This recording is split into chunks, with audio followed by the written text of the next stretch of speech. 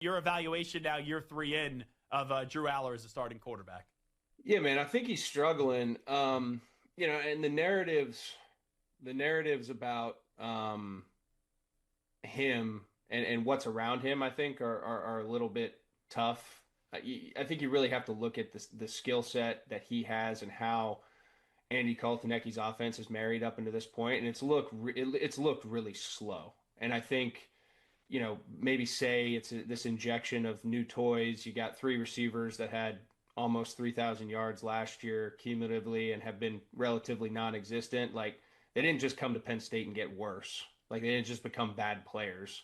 They're not playing confident for whatever reason. And I think that's where Drew struggled because realistically speaking, I mean, I said this, might be an unpopular. He played his tail off against UCLA. Played his tail off in the back half of the game against Oregon. I mean, he started terrible, but played his tail off and fought, and I can at least respect that. But when you only get three cracks at it in the first half against UCLA, that's tough. And then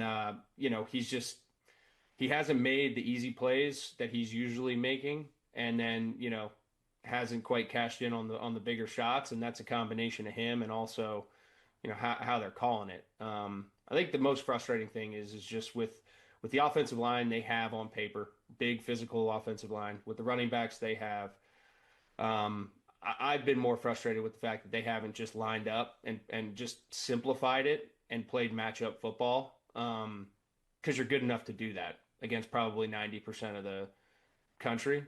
And then the other 10%, you got to scheme some stuff up. But it's just the offense is way too gimmicky, too much motion for me. And I think that's probably messing with him a little bit too. I said I got to get that guy a still picture and let him operate, especially now that he's got four or five guys that can get open and win, as opposed to just Tyler Warren last year.